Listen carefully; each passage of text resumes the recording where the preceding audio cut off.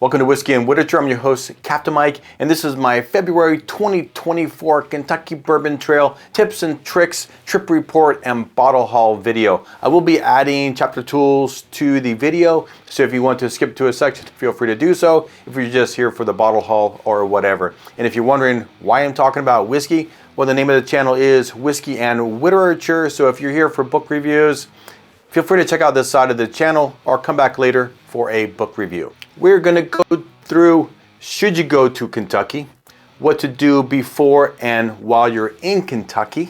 I'm going to go through my last trip, what did I do, and then finish up with the bottles that I picked up, including the cost. As always, I had a budget of $1,000 for this trip. Let's see if I stayed under it.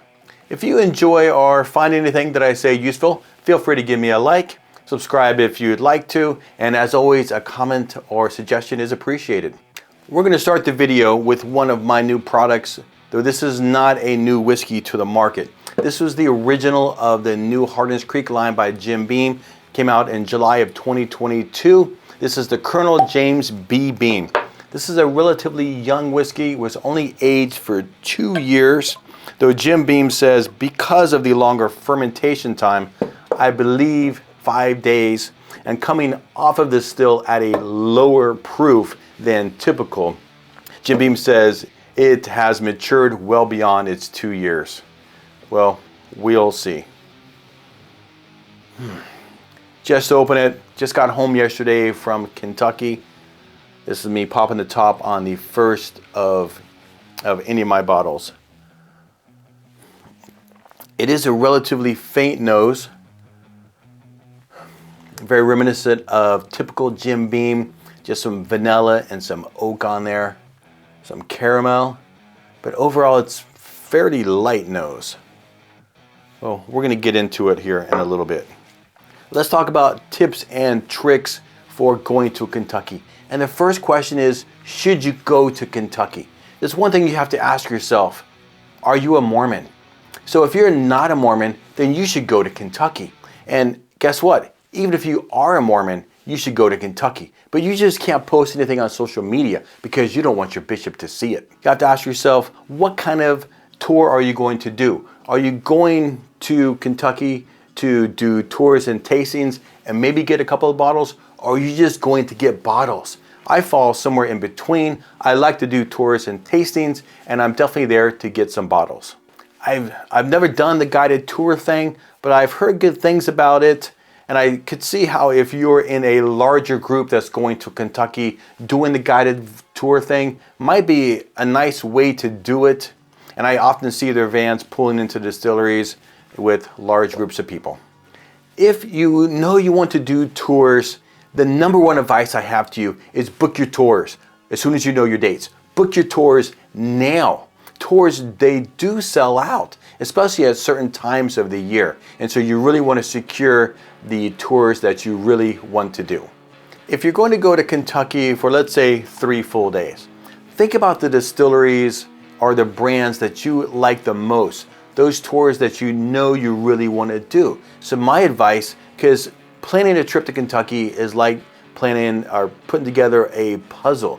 You want to book the distillery tours that you want to do most first, and then you flesh out the rest of your trip around those tours. My suggestion, after having been to Kentucky 3 times, is that you should book the tours you want to do the most in the afternoon. So plan on doing lunch and then go doing a tour. I would say somewhere between 2:30 to 4 o'clock, 2 to 4 o'clock, in that range. So now you have the tours that you want to do the most booked. Now, if you want to do another distillery tour, you can book some in the morning, but not too early because you're going to be at Buffalo Trace until about 9:30 or 10 a.m. You heard me right. You're going to go and tater up, get in line at Buffalo Trace, and go get your allocated products. If you say to me, well, you know what, I don't even like Buffalo Trace products, it doesn't matter. Go get in line, get your allocated bottle, whether it's a Blanton's or an Eagle Rare or an E.H. Taylor. Can you imagine getting one of these bottles at MSRP and then taking it to your boss, taking it to your father-in-law as a gift for their birthday or for Christmas, you are going to be their favorite. So even if you don't like it, I think it's great for that kind of purpose. I mean, getting an Eagle Rare 40 bucks, that's awesome. And despite what you might think about these products, actually, at those prices, it's a pretty good deal. And now is the time when you're at Buffalo Trace to book a tour. I wouldn't even worry about booking the Buffalo Trace tours before going to Kentucky. The Buffalo Trace tours booking is free. The tours are free. And so however out, I think it's 90 days, they let the tours book, they book out. And people wake up in the morning to go and book the tours 90 days out to Buffalo Trace. So I've never had a successful booking of a Buffalo Trace. But once you get in line and you go into the little building to get your wristband before you go to the store to buy your bottle, while you're getting your wristband, you just ask the nice lady, say, do you have any tours available today? And dollars to donuts, they'll hook you up. So the next question you might ask yourself is, should you stay in Louisville or should you stay in Lexington? Now, I've been 3 times and I've stayed in Louisville for 3 times and I do recommend it. Everything somewhat shuts down at about 5 p.m. So it's nice, you get done with your tours, you head back to Louisville, it's in the early evening, you go, you get yourself some dinner, you go to a couple bars, and then you finish the evening out at your hotel. Think of the Bourbon Trail as an inverted triangle, and you have Louisville, Lexington, and Bardstown, and it's very roughly, those are the 3 corners of the triangle. And to get from Louisville to Lexington, or Lexington to Bardstown, or Bardstown back to Louisville, you're talking about an hour each way. So plan accordingly when you're booking your tours. You don't want to have to be going back and forth. You're going to spend all day driving. Try and be a little cognizant of where the distilleries are when you're booking. It's easy enough to go to Google Maps, for example, type in Woodford Reserve Distillery, and then directions to Bardstown Bourbon Company, and then search that, and it'll give you a pretty good estimate of what the drive time is between distilleries. And expect a lot of highway driving, though if you're driving especially around Castle and Key and Woodford Reserve Distillery, you can expect a lot of backwoods driving.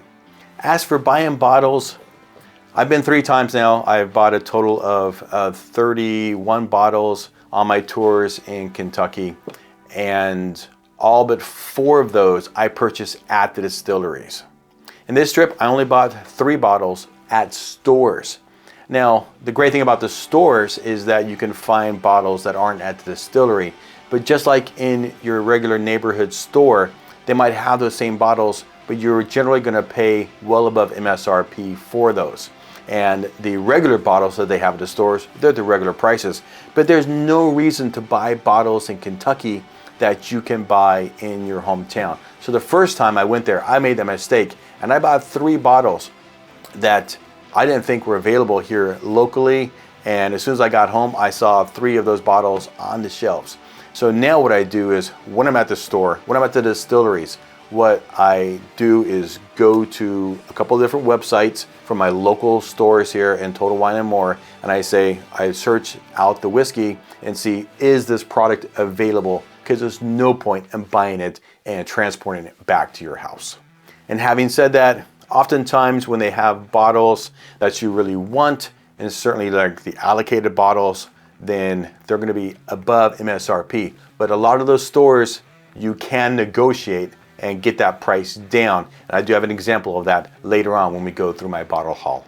Okay, just going to take a sip of this Colonel James B. Beam.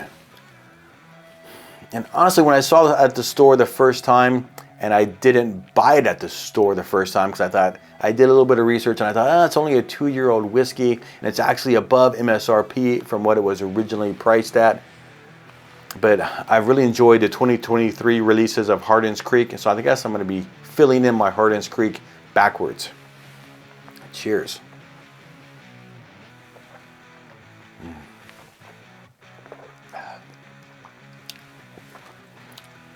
It is a really light color.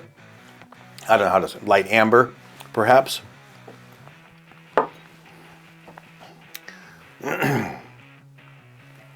Definitely is more bold on the palate than on the nose. I felt like the nose was pretty faint, we had some distinct notes, but it was still very, very faint.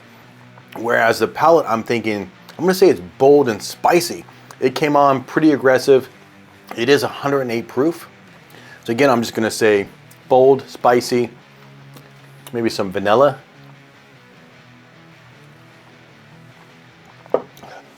Nuts and a hint of oak. The palate definitely is significantly better than what I was expecting from the nose. We'll go with that. All right, on to my trip report. What did I do in my 3 days in Kentucky? And I'm gonna try and go through this as quickly as I can. I arrived in Louisville at 9:30 a.m., got in my rental car, and I drove directly to Buffalo Trace. I tatered up, and actually there was no line at that point.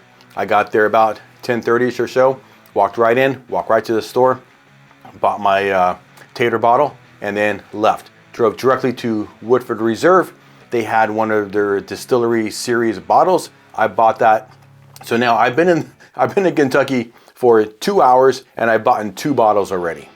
I left Woodford Reserve, went to 3 different liquor stores. I didn't buy anything. There is a sandwich shop in Lawrenceburg. It's called Heavens to Betsy. So if you're going to Four Roses, I could recommend, it's about perhaps a 7-8 minute deviation from the distillery to Heavens to Betsy.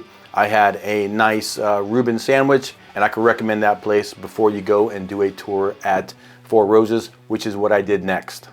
So I did the tour and tasting at Four Roses, and I thought it was nice enough, but not awesome. It was a decent tour.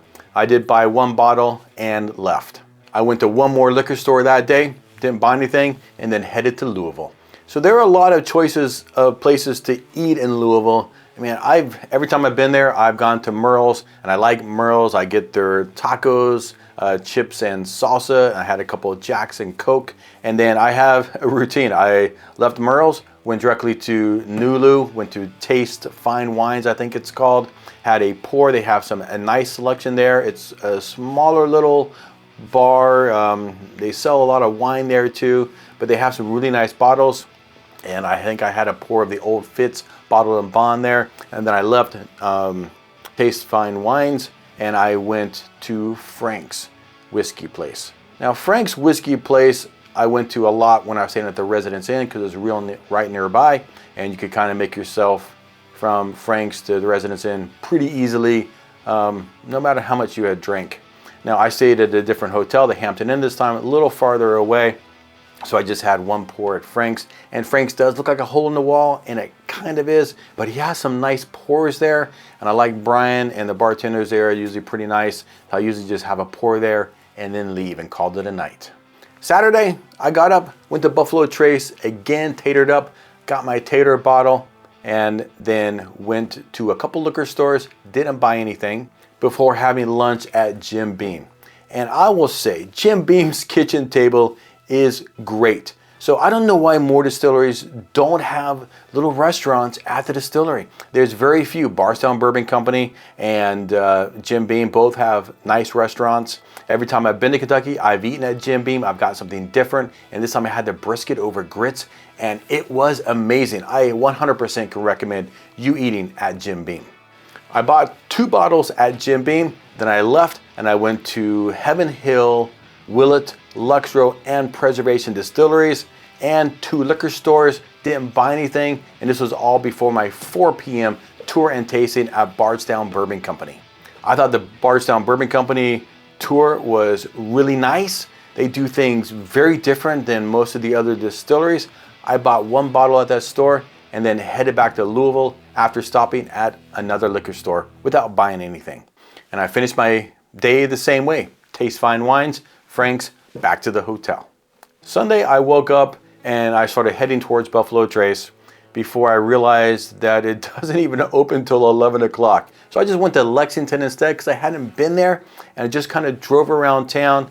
And definitely Louisville, if you're going and you want to do stuff in the evenings, I think Louisville would be a better place, and there's certainly more distilleries and things to do in Louisville than in Lexington.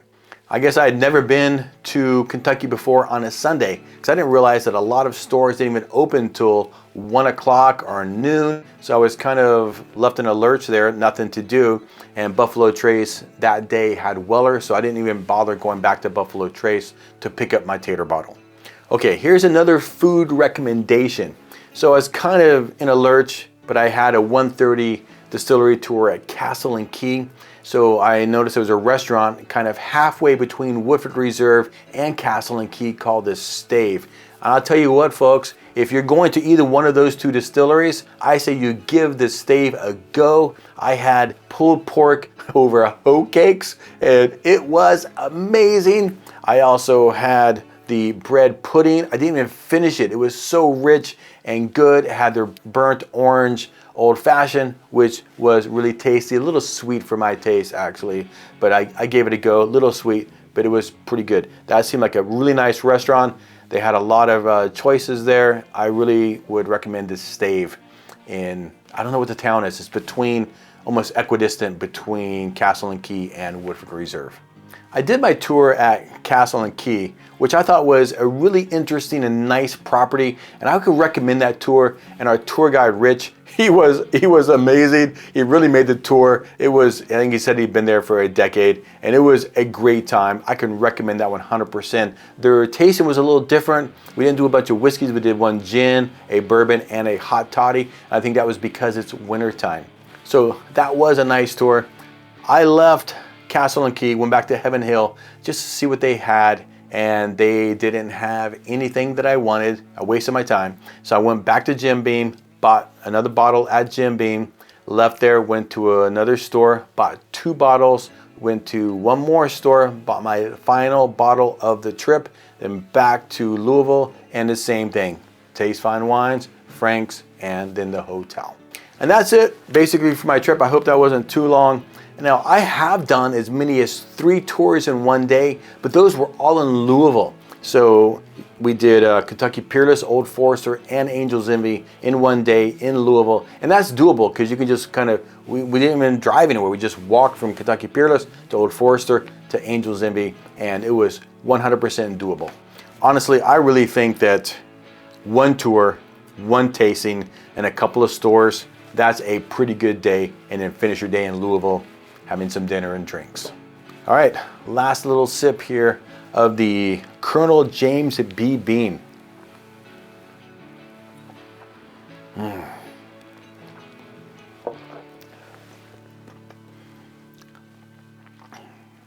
I've just been thinking about kind of the finish here as we've been talking. And again, the nose, a little weak. The palate is far superior, and it is certainly a decent finish.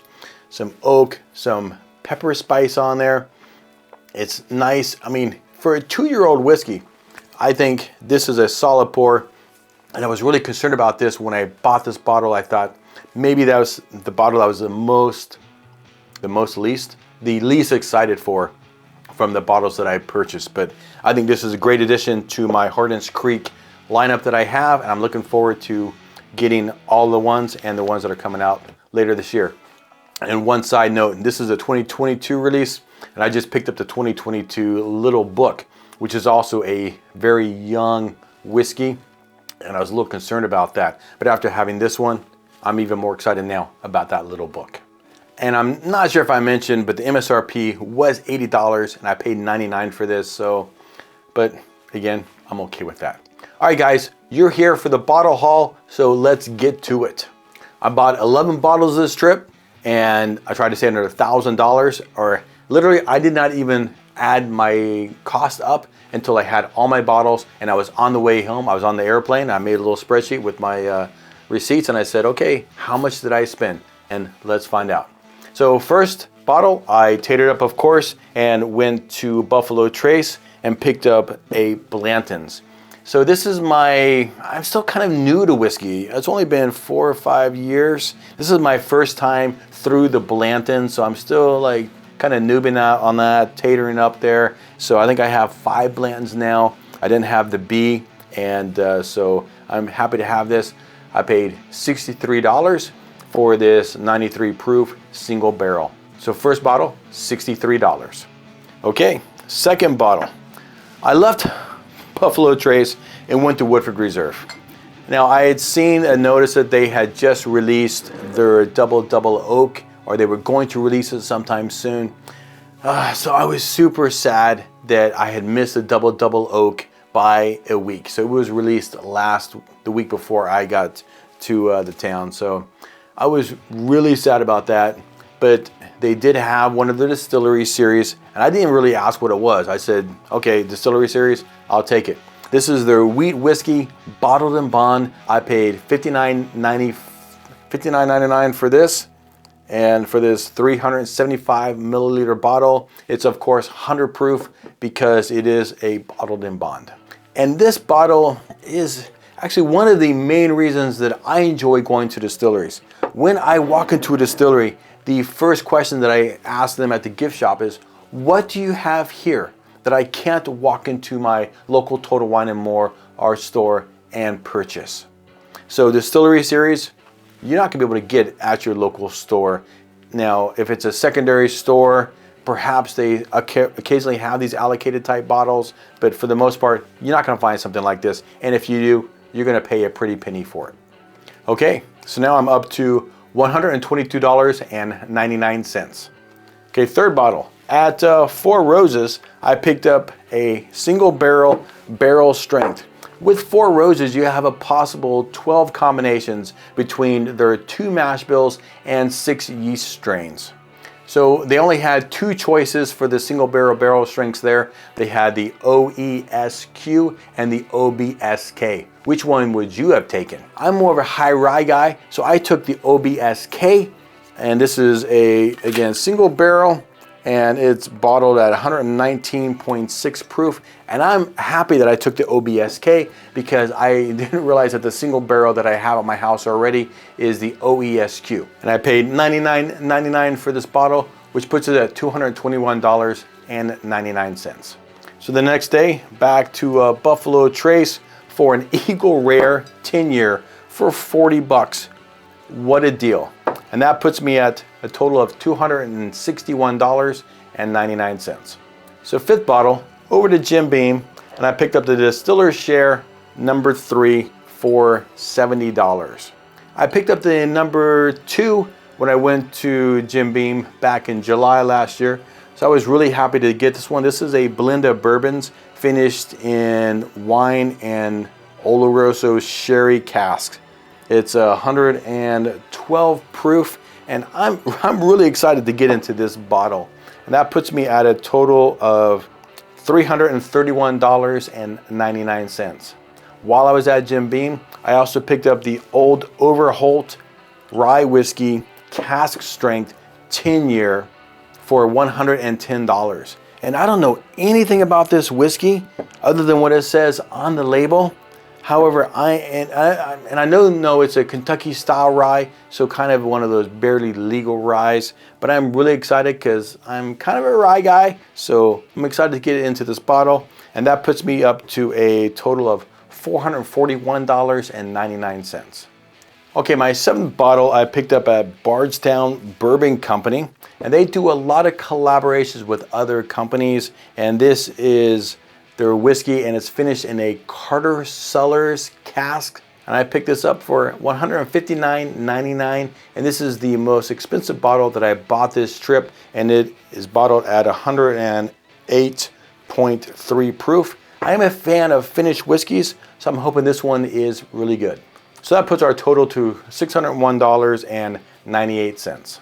So 8th, I did not buy a bottle of whiskey at Castle and Key. The only bottle they had there that I can't buy locally was something I wasn't really interested in. It was $175. But I went back to Jim Beam, and they had this day the Distiller Share number 1, also $70. This is toasted brown rice, and it's bottled at 102 proof.